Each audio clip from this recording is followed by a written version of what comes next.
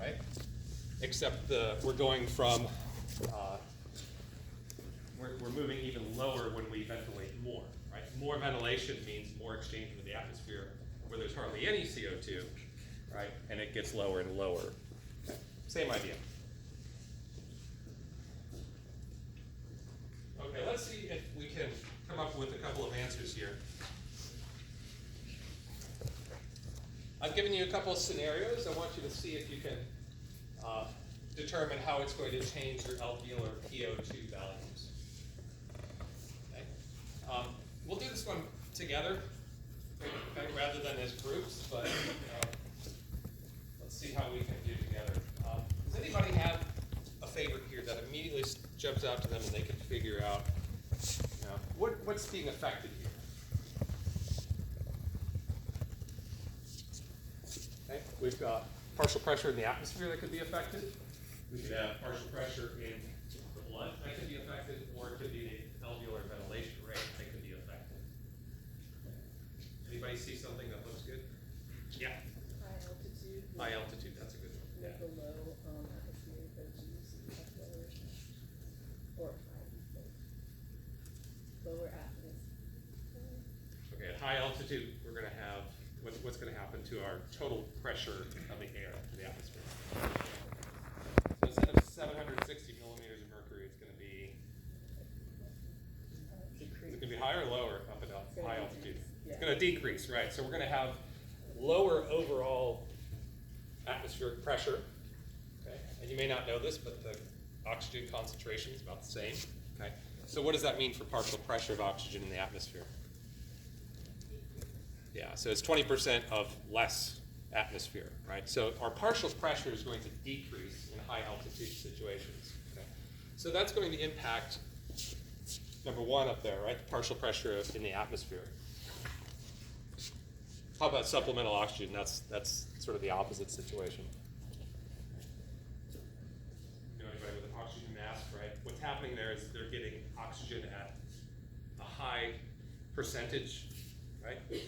And so they're going to have a very high, sometimes 400 or 500 millimeters of mercury of oxygen. Okay, how about another one? Pick another one. Holding your breath. Okay, what's that going to do? Okay, holding your breath will decrease your alveolar ventilation rate, okay, to zero, to the limit. Okay. And then what happens to that alveolar gas as a result? Like it reaches equilibrium and just sort of stays there. Yeah, the gases are going to reach equilibrium with your blood, right? And not with the air. Okay. What about increased cellular metabolism? What would that do to you? Yeah.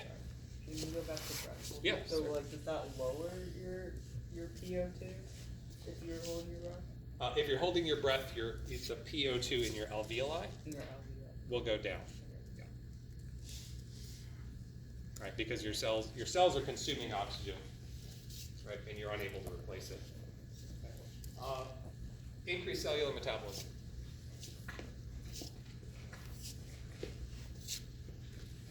So what does this mean for oxygen? Cells are going to be doing what? Consuming more, and your venous blood is going to have what characteristics? Yeah, it's going to have a very low PO2 in your venous blood. Okay, so that would cause your alveolar air to shift to a lower concentration. All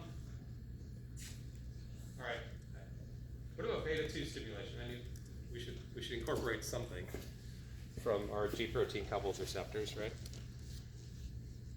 So, what does beta 2 stimulation do? You remember? Yeah, bronchodilation. Okay, we talked about how from the cellular perspective last time, but if we bronchodilate, what's going to happen? That would impact any of this. More airflow? All right, more anatomical dead space, which means for a given tidal volume, you're going to have less air make it to your alveoli, right? Remember we talked about how that works last time. So if we in the absence of anything else, if we just stimulate the beta 2 receptors on our airways, they get larger, more anatomical dead space, and more anatomical dead space means that less of that tidal volume gets to your alveoli. Okay? In a real world situation, right, this is going to happen with fight or flight or exercise, right? And other things are going to be happening that's not going to make you have a problem. But just for the principle of it, that's the explanation. We are going to talk about incorporating these things later on. We have to sort of get through the point where we can talk about regulation, all right? But then we'll get there. Okay. Last major topic. So ventilation, we all know what that is, right? It's moving air into and out of our alveoli. What does perfusion mean?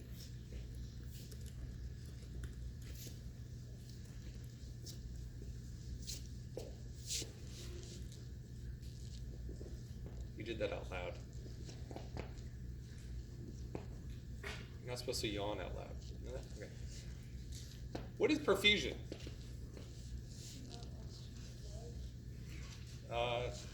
It has to do with the blood. You're close. Yeah. Yeah, it has to do with blood flow, right? And how much blood gets to, in this case, the alveoli. Okay.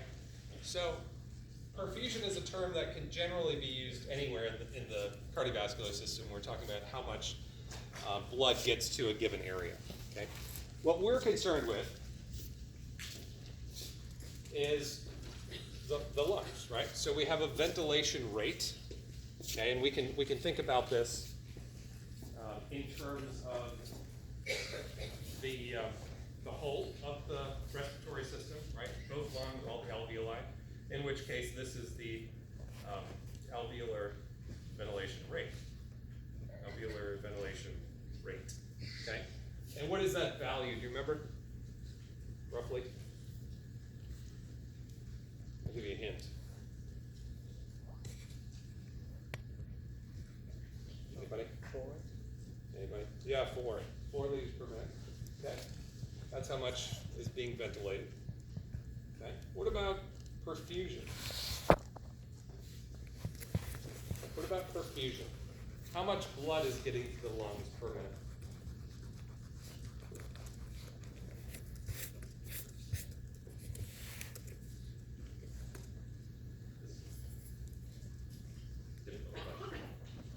All right, think back to the cardiovascular system. Is it also 4? Is it also 4? It's not 4. You're guessing. Yeah, it's 5. Okay, what is that? 5 liters per minute. How does that sound familiar? Okay, yeah, that's the cardiac output. Okay, so the cardiac output on the left side goes to the entire body, right, except the lungs, and that cardiac output is split among the various organs of your body. Okay, your kidneys get 1 liter per minute, right, and brain gets less than that, right? So the lungs get all of the cardiac output because they have their own part of the circulatory system, right? All of the blood leaving the right side goes to the lungs, okay? So 5 liters per minute. Remember that now? Okay, good. So we have a ventilation rate of about 4 and a cardiac output or perfusion of the entire lungs that's about 5 liters per minute. Okay. Now, when we have changes to either the ventilation or the perfusion, right, we can respond to a sort of mismatch, right? And we can do that in a systemic way, right? So we can measure the amount of carbon dioxide in our blood, the amount of oxygen in our blood, and we can make some changes to our alveolar ventilation rate. Okay? And that'll be a topic we cover Thursday. Okay? But in addition to those systemic responses, we can do things on a local level. Okay? So if we want to think about ventilation and perfusion at the level of a lobe of the lung or a segment of the lung or an alveolus, single alveolus, we can do that. Okay? And it's equally important to think about the ratio between ventilation and perfusion at the micro level, at the local level, as it is at the big level. Okay? So what we can do is we can regulate these variables. Okay? And this might sound a little bit familiar, right? We talked in the circulatory system how we've got systemic control over arterioles, right? And we've got local control of arterioles. One of the things that we can do is we can alter the state of arteriolar constriction. Okay? So this would be a local response.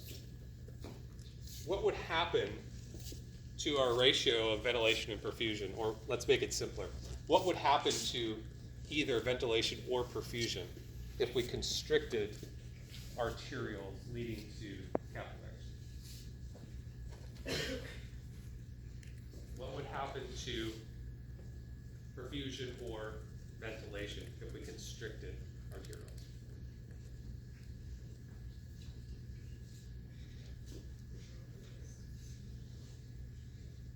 Rob, what's going to happen to the blood? Perfusion should decrease. Yeah, we'll get less perfusion. Okay? So the blood flow, just so we're clear what I'm talking about here, if we constrict, right, we will diminish the blood flow, right? That's perfusion.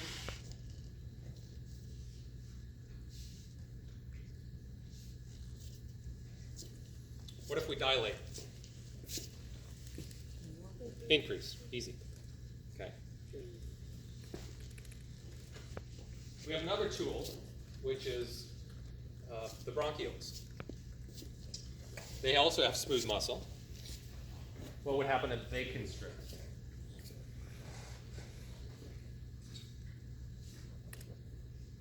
What would you affect?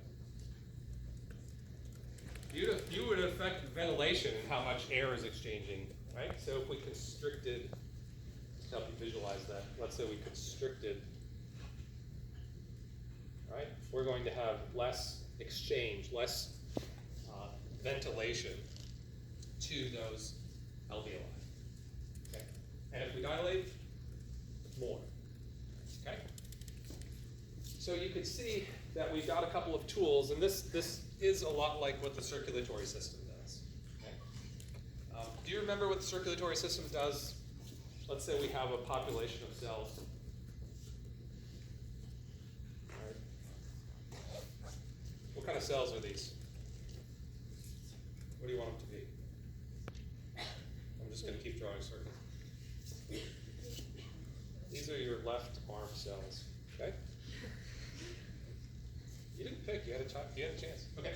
We've got some cells, and we have capillaries flowing by, right? And we've got an arteriole over here that's capable of constricting or relaxing. Okay.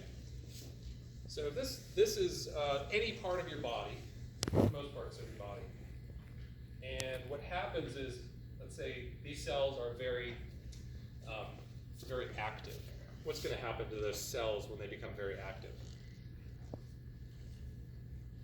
O2 is going to go down, right, as they consume more.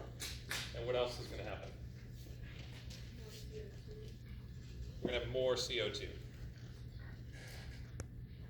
Okay? What is the effect on the arteriole serving this area? Remember? Yeah, they'll dilate. Okay? So it dilates. Right? And what that does is it increases flow, right? Increases perfusion of this capillary. Okay? So we could say we get more perfusion. Okay? Now what's peculiar, this happens everywhere in your body, right? And the opposite happens. If those cells become less active, right, we'll get constriction and we'll send blood somewhere else in the body, right? Remember we went through that? Okay. So where the lungs are very different here, it's the one place in the body where everything is flipped on its head. Okay, and you'll see why this is important. If we had a group of lung cells,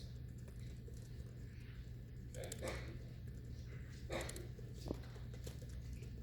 of lungs, cells in your lung. Okay? And those cells, let me draw them so they approximate what we're talking about. Let's say those cells are making up an alveolus. Okay? And we've got a blood vessel.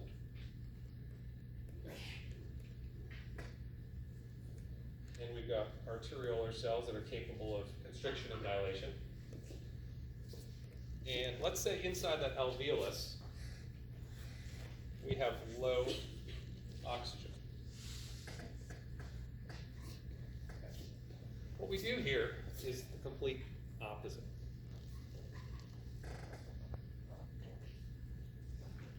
Okay. Now, I've talked to you about in the past about, you know, logic. Okay. So let me step outside of that. Teleologically, or in other words, with the end in mind, why would this make sense for us to do? Why would it make sense for us to constrict this arteriole serving a low oxygen alveolus? Yeah, there's low partial pressure of oxygen here. There's no use sending blood to that part of our lung. Okay? So if we had the opposite, if we had highly oxygenated alveoli, we'd want to send more blood to that part of the body, that part of the lung. Does that make sense? So that's a rationale we can think of why this works this way. Mechanistically, if there's time, we'll talk about how we sense oxygen in these cells and how it's different. But today it's a little bit more big picture, and we'll talk about what's happening. We'll discuss mechanism. Hopefully, next lecture we can talk about that a bit. Okay, but think about this in terms of ventilation and perfusion then. Okay? If we have a scenario where we have a mismatch, it might be important that we optimize for good perfusion and good ventilation, right? And that's exactly what we do. So let me walk you through an example. So here's normal. Here's an alveolus, ventilating. We've got blood flow right past it. Okay, and we have a ratio that seems to be kind of the magic number with lungs. Okay, not 0.8. Don't worry about this number. But the ratio of ventilation to perfusion reflects what's happening at the macro scale with alveolar ventilation in the cardiac output. Okay, if we have an obstruction. Okay. Here, this is, we're making this obvious, right? It's a complete obstruction of this alveolus, but you get the idea. If we have some obstruction, we're not ventilating very well, right? And so what's going to happen is that we're going to have a decline in what inside of that alveolus? What's declining inside of there? Oxygen, right? Okay. So we have a decline in oxygen, right? We have very little ventilation. Does it make sense for us to perfuse that capillary? No. Okay? So we have a mismatch. So we call this a ventilation perfusion mismatch. In this case, we've got a low ratio of ventilation and perfusion. Okay? We can have the opposite. Right? Let's say we've got an obstruction of a blood vessel serving this little region of the body.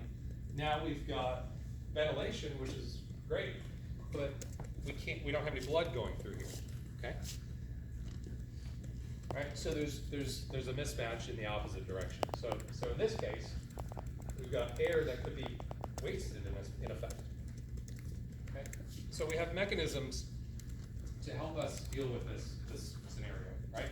And those come down to the arteriolar constriction and dilation and bronchiolar constriction and dilation. Okay? So let me walk you through this. That's never happened.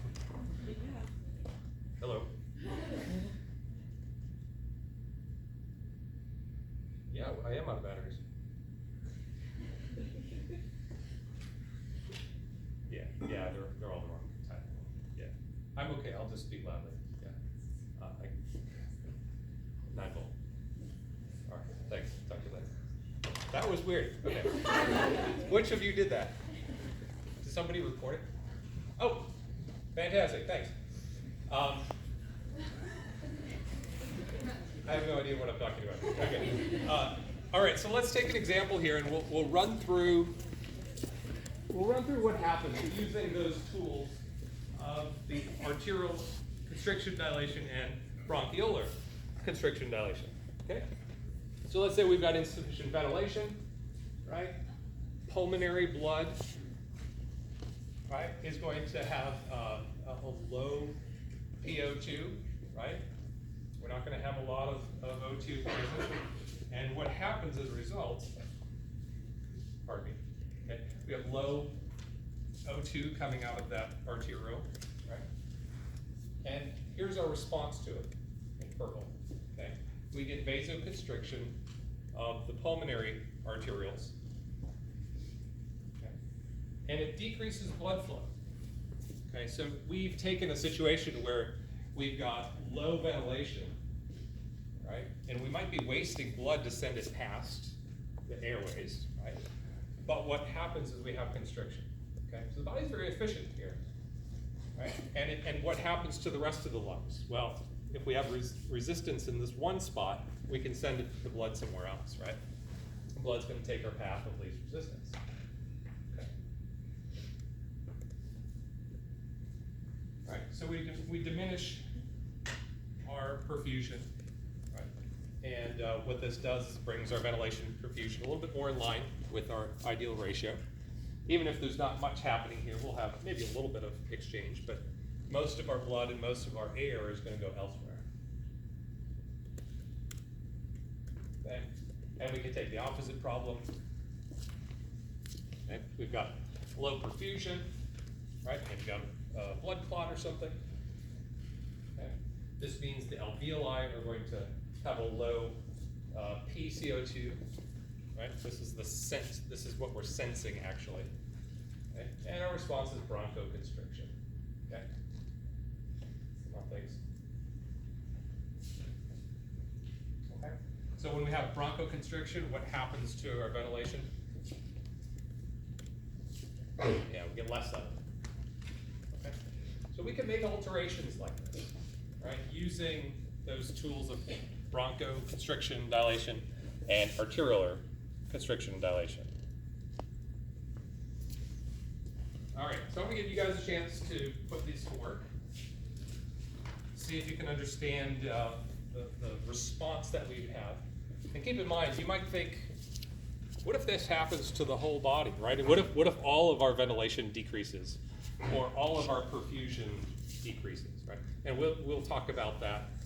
That's a response of the nervous system, and we'll talk about that certainly.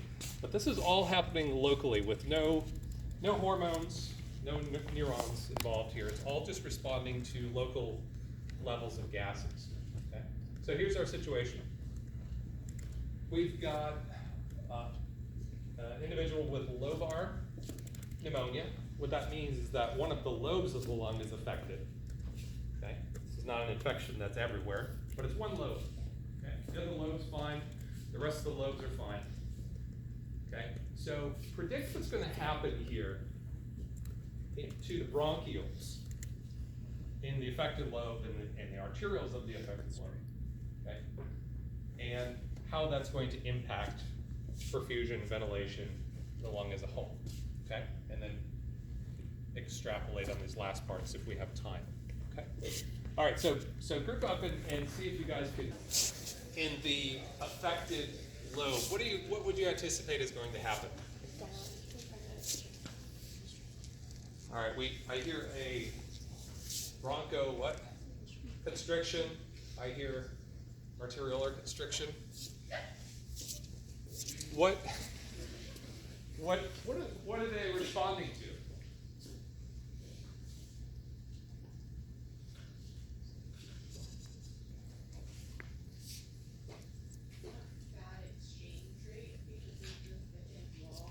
All right, the mismatch, yeah. So we're not going to have adequate ventilation, and that's going to be the primary driver of this whole problem.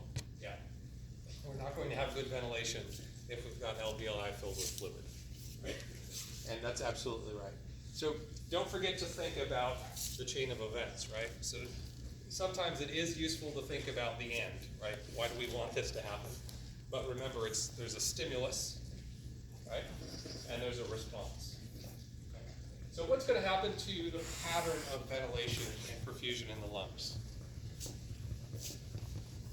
We're going to constrict a bunch of arterioles, and we're going to constrict a bunch of bronchioles in the affected lungs. So what's going to happen to ventilation?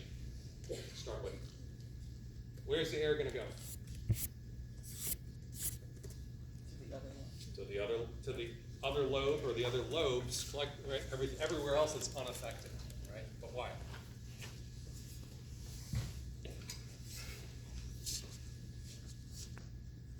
What's going to make the air go to that region preferentially? Expanding the volume of the lungs, right? Transpleural pressure, all that kind of stuff, right? Yeah. There's less resistance in those areas that are. Right. There's going to be less resistance in those areas that are not constricted, right? So the airways will have less constriction everywhere else, right? So that will allow more flow. Okay. And the same can be said for blood, right? We're going to have vasoconstriction of the arterioles, lots of resistance. Everywhere else will have less resistance, so that's where the blood goes, everywhere else. Okay. All right. Bonus questions. What's going to happen in these other bronchioles and other arterioles?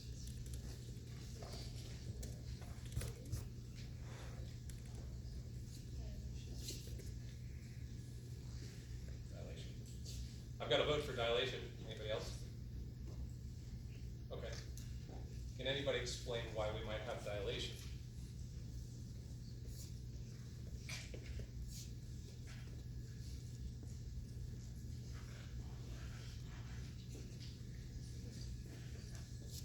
Yeah. Would it dilate to confident increase flow? Flow of air, yeah. Right. We're going to have more air arriving at the alveoli, or more of the inspired air is going to head to those alveoli that are unrestricted, right? And yeah, we're going to need a response to that elevated oxygen, right? And we'll accommodate more blood flow. We've got more airflow, right? And we'll still have a good ratio, right? We'll just be doing more of it, okay? All of the remaining parts of our lungs will get all of that 5 liters per minute of blood. Okay, so we'll stop there. We're gonna move on and talk about Tuesday how we move gases within the blood.